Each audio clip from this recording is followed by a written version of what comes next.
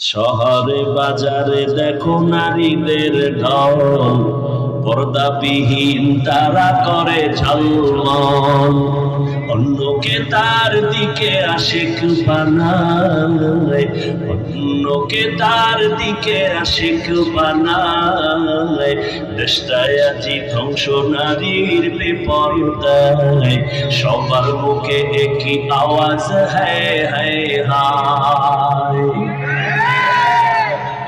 ইবলিসে আজম বাংলাদেশে আগমন হয়েছে নারীর বেশে। দলে নিয়া নারী মেলা মিলায়, পার্কে বসিয়া ওরা মেলা মিলায়।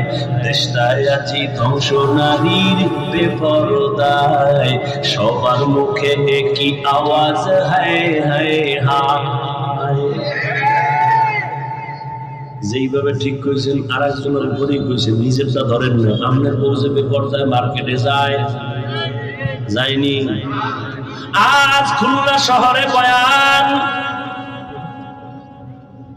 সারা খুলনার মানুষ জানে এখানে বয়ান, কোরআনের মাহফিল। অথচ এই মাহফিলকে কেন্দ্র করে আবার মার্কেটও আছে না নাই? দূরের থেকে মানুষ আসছে, প্রয়োজনে একটু চা নাস্তা খেতেই পারে, ক্ষুধা। কিন্তু ভিন্ন দোকান কেন? আবার সেই দোকানে কেন আম্মা জানেরা বেপরদায় আড্ডা দেয়? যুবকেরাও ঘুরে, মেয়েরাও ঘুরে। আবার একজনে ওয়াজে আইসা বেলুন কিনে বইয়া রইছি ভাই। বাড়িতে গেলে বউ জিগাইব কি আনছো, কয় মোনাজাতে বেলুন কবুল করে নিয়েছি। প্লাস্টিকের মাছ কিনছে একটা পাঙ্গাস, এটার কিনে বয়ে রয়েছে রাবার লাগায় সুতা লাগায়।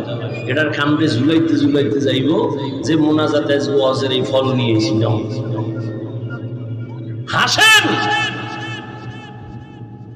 এখানে বেহেশতের বাগান আর ওখানে জাহান্নামের বাগান। মার্কেট তাজা তাজা কবিরা গুনাহ হচ্ছে। হায় হায়, এই গুনার দায় ভাই কে নেবে? আপনার এখানে না, সব জায়গায় মাহফিলে যে পরিমাণ মানুষের থেকে ওই মার্কেটে মহিলা যুবক যুবতী আড্ডা গল্প গুজব।